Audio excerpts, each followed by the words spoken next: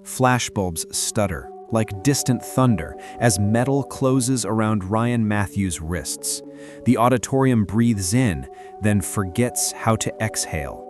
A single frame interrupts the scene, knee to face, impact blooming like crimson ink in water, before snapping back to the present, where a boy who fed on applause now swallows it whole. Teachers hover with brittle authority. Students hold their phones lower, as if screens have weight. Somewhere beyond the lights, Emily Hart stands in the aisle, chin set, eyes steady, refusing both triumph and pity. Beside the stage, Katherine Hart watches the room measure itself against consequence. The murmur turns to silence, then to a dull, collective throb. The sound of the cuffs is not loud, yet it fills every corner. This is the moment the school understands that power without restraint always drags its owner to the floor first. Cold air peels across the parking lot, while yellow buses exhale tired heat. Ridgewood High wears its banners like armor, promising excellence to anyone who believes in paint. Sneakers scuff chalk-white arcs on asphalt. Phones rise for the ritual inventory of faces. Emily Hart steps down from the last bus, a quiet line drawn through noise. Her jeans are ordinary, her backpack worn, yet her presence feels deliberate, as if she were choosing where to place gravity. Near the flagpole, laughter bunches into a knot of performance. Somewhere, a pop song leaks from open windows and pretends the world is simple. Emily doesn't pretend. Her gaze makes a circle of the crowd and hands it back without fear. The day has not yet decided what it will be. The wind decides first, and it carries the scent of metal and autumn. A sharp, athletic whistle slices the crowd into listeners. Ryan Matthews lounges with practiced carelessness beside Connor Reed and Lindsay Parker, each on built from a different kind of entitlement. Their sneakers are bright. Their jokes are brighter until they aren't. The sound draws eyes like a spotlight, and 100 small stage lights flick on in the form of front-facing cameras. Lindsay lifts her phone with the confidence of a broadcaster who believes attention is a currency backed by the government. Connor calibrates proximity, searching for the distance where cruelty plays his charm. Ryan smiles with the effortlessness of someone who has never met gravity. The campus responds with laughter that wants to be laughter. Emily stops because stopping is stronger than retreat.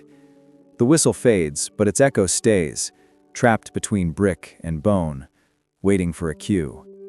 The hive finds a target and organizes itself into angles. Words arrive disguised as jokes, then discard the disguise. Lindsay narrates to an invisible audience, shaping reality with captions before reality can introduce itself. Connor choreographs the perimeter, arms loose, grin ready, reading crowd math as if it were a playbook. Ryan steps forward with the assurance of a boy who understands applause as oxygen. The air compresses around Emily until breath becomes a decision. Some students turn away to be safe, then pivot back to be included. The lens multiplies witnesses while diluting responsibility. Emily holds still. Her stillness generates more tension than any threat.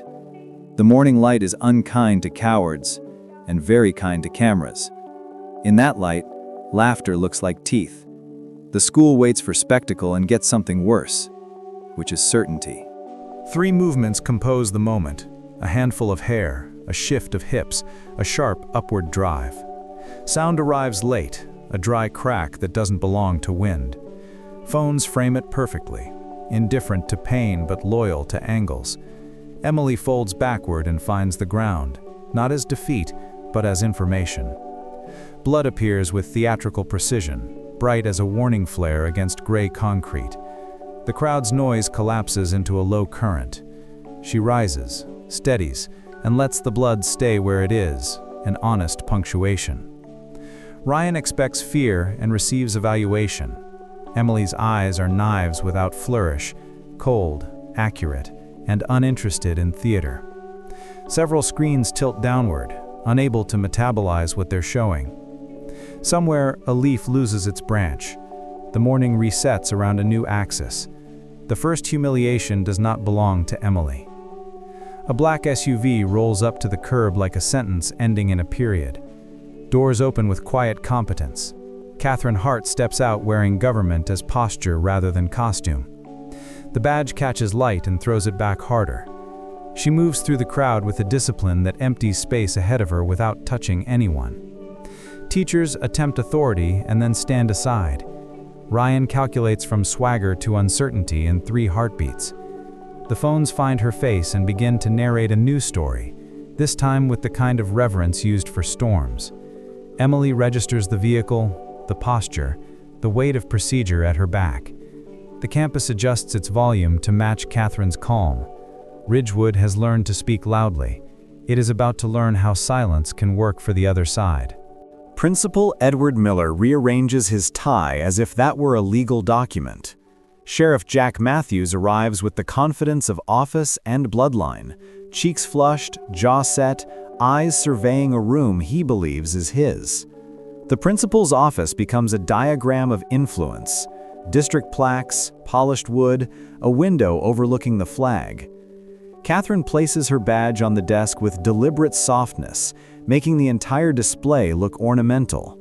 Jack talks in the language of internal matters, trying to seal the problem behind familiar doors. Katherine speaks in the grammar of jurisdiction, data retention, and statutory duty, converting the air into procedure. The room tilts toward whichever voice respects consequence. Emily sits street-backed, absorbing the theater without surrendering to it. Power meets process. One of them relies on volume, the other on paper. The hallway becomes a server farm. Clips fracture into loops, reassemble into edits, and stampede through timelines. Hashtags ladder upward without asking permission. Comment sections behave like juries that never learn deliberation, yet something truer cuts through the noise. The standing silence becomes iconography, chin lifted, eyes level, blood unhidden. The frame travels faster than rumors, faster than the sheriff's phone tree, faster than the principal's emails. Brands that sell backpacks repost bravery at lunchtime. Newsrooms assign interns to summarize what the internet already believes. In bedrooms and buses beyond Ridgewood, strangers pause mid-scroll, recalibrate their posture, and keep watching. Attention wraps the campus in a pressure field. The narrative begins to harden, not because a badge appeared, but because a girl refused to negotiate with humiliation. Fluorescent light stings in the way truth does. Antiseptic floats above the metal tray like an unfriendly halo. Emily sits on paper that refuses to quit rustling, tending to her own cut with spare movements. The mirror offers a face she recognizes and a moment she didn't ask to own. Ethan Collins steps in, holding water with the careful seriousness of someone who understands gravity today. He is the only student in the crowd whose hands never made a rectangle of complacency. Guilt and purpose quarrel behind his eyes. Emily nods without ceremony. Silence operates as a treaty here. Beyond the door, the school rehearses statements it will later call courage. In this room, courage looks like rinsed blood, controlled breath, and a spine that declines to negotiate with pain. Inside a scuffed notebook, ink claims territory that fear vacated. Emily logs details, angles, faces, phrases, without turning them into revenge. A line settles at the center of the page and takes root. Silence is not surrender. It is placement. Ethan notices the page as he sets the water down and recognizes the architecture of restraint. The notebook is not a diary, but a blueprint for endurance. A private ledger where humiliation is converted into structure. The room breathes slower as she writes. She does not rehearse victimhood, she rehearses precision. On the campus feed, edits multiply. In her notebook, meaning consolidates. If the day insists on spectacle, the notebook refuses to applaud. Later, The investigation will build frameworks from this calm. For now, the page honors a single outcome: composure under pressure. Elsewhere, doors close with the intimacy of secrets. Principal Miller practices neutrality like a hobby. Sheriff Jack Matthews applies pressure through favors that wear county seals. The phrase, "handle it internally," moves along familiar tracks, lubricated by habit. Katherine Hart declines the invitation with professional clarity that sounds almost gentle. Title VI obligations cease to be concepts and become deadlines. Data retention transforms into a countdown. The principal's office, once a sanctuary for delay, turns into a calendar. Jack's confidence finds its edges against statutes that do not care about surnames. The school's public relations plan, drafted in a hopeful font, becomes kindling. Ridgewood has spent years rehearsing appearances. Today it meets paperwork that has learned endurance. The gap between influence and accountability narrows to a hallway wide enough for handcuffs. An audio file surfaces from a freshman who understands too late that clout is a poor currency. The recording is grainy, which makes it worse. Laughter ricochets off tile. Plans are discussed like pranks, not crimes. A name is used like a shield: the sheriff's. Boasting leaks into the microphone with the confidence of someone who believes immunity is hereditary. Katherine receives the file, checks its chain of custody, and begins to translate bravado into evidence. The tape is not dramatic, yet it contains the exact shape of entitlement. Emily listens once and files the sound away under motive. The school listens and hears itself. Phones that once broadcast humiliation now carry proof. The locker room, built for games, becomes a factory that accidentally shipped out the truth with its logo still attached. In an office that hums like a cold engine, Katherine opens digital drawers the district forgot to lock. A case from last year flickers into view. Grace Walker, flagged, filed, and then softened into nothing. The language of dismissal repeats like wallpaper: insufficient evidence, internal resolution, unfortunate misunderstanding. The timestamps line up with convenient camera failures and a missing report. Numbers speak plainly where memos learn to whisper. Emily hears the name and respects the absence as if it were a person in the room. The file refuses melodrama, it offers patterns. A school can learn to forget better than it learns to teach. That forgetting is not a mistake, it is a method. Somewhere on a quiet street, Grace is living as proof that silence can relocate a person without moving their body. Ethan Collins sifts through social fragments with the patience of someone earning absolution. A cousin's tagged photo leads to a church picnic, which leads to a grainy group shot where Grace Walker stands half-turned, present but reluctant. Ethan reaches out through careful channels, not as a savior, but as a witness asking permission. Grace answers slowly, through pauses and ellipses that say more than words. Her story carries the rasp of dust and closed doors. She is not a symbol. She is a person who learned how to shrink. When she finally agrees to speak, it is not to punish a school but to stop a pattern from taking root again. Emily prepares to listen, knowing that listening is a kind of force.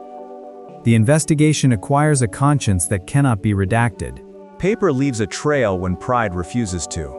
Subpoenas travel like weather fronts across the district office.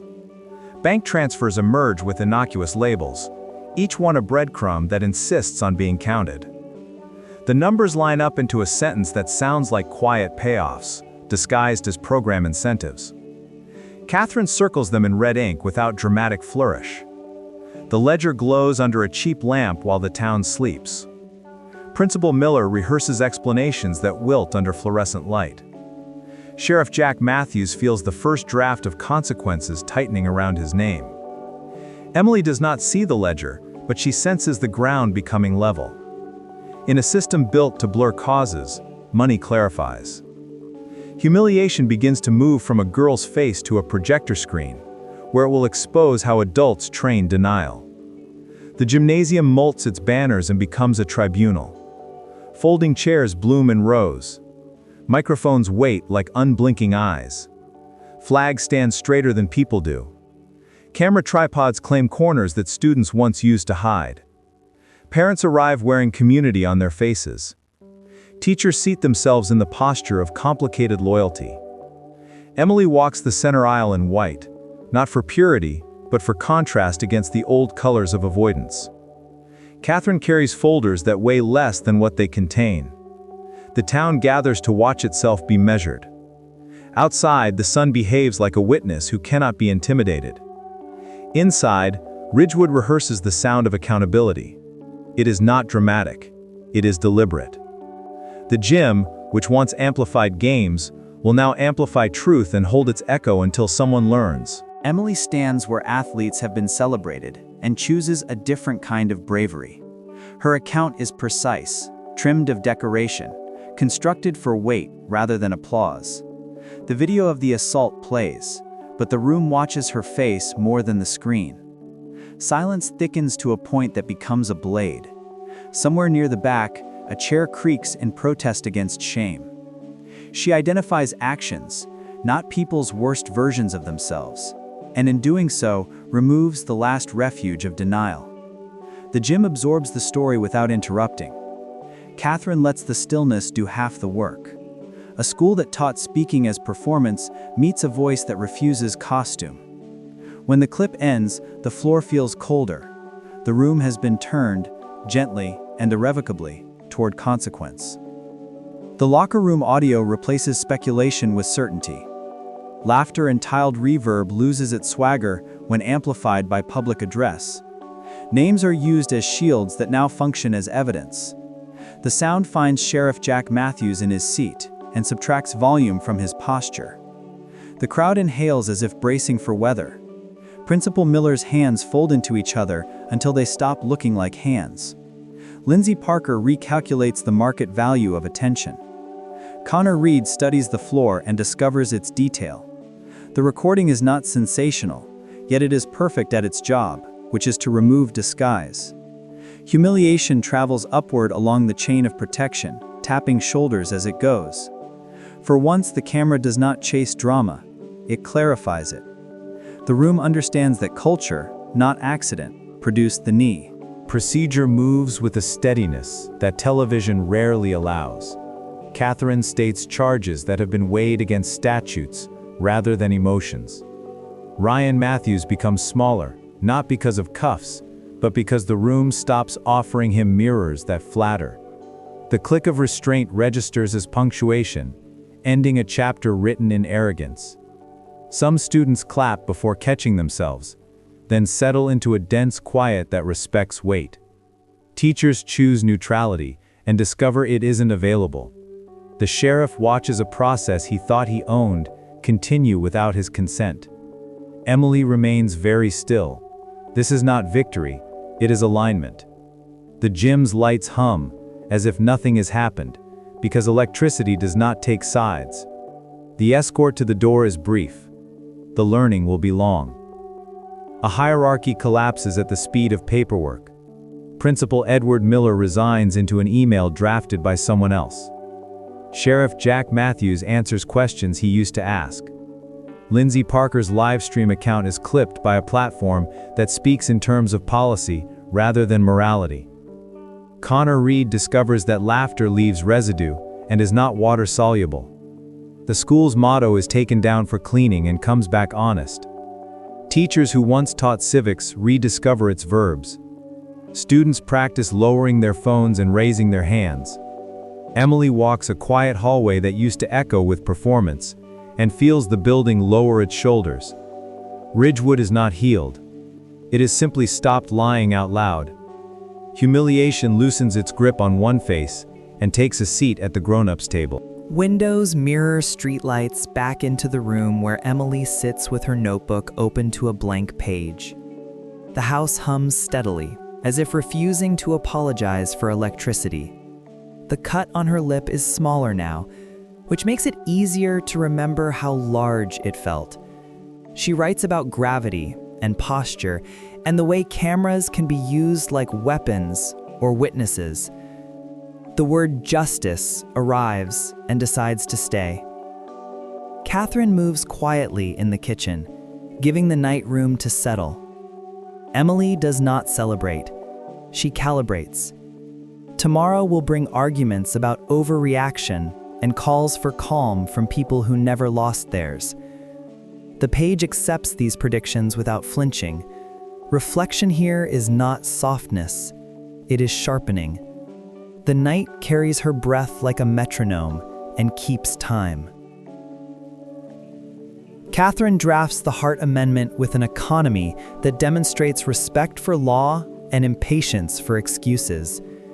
Mandatory reporting, 24-hour timelines, federal triggers that do not wait for local comfort. Each line narrows the distance between harm and response. Advocacy groups sign on with practiced urgency. School boards frown in familiar fonts. Mothers organize with the efficiency of people who measure time in lunch periods and pickup lines. The amendment becomes a machine built to turn silence into paperwork because paperwork obligates action.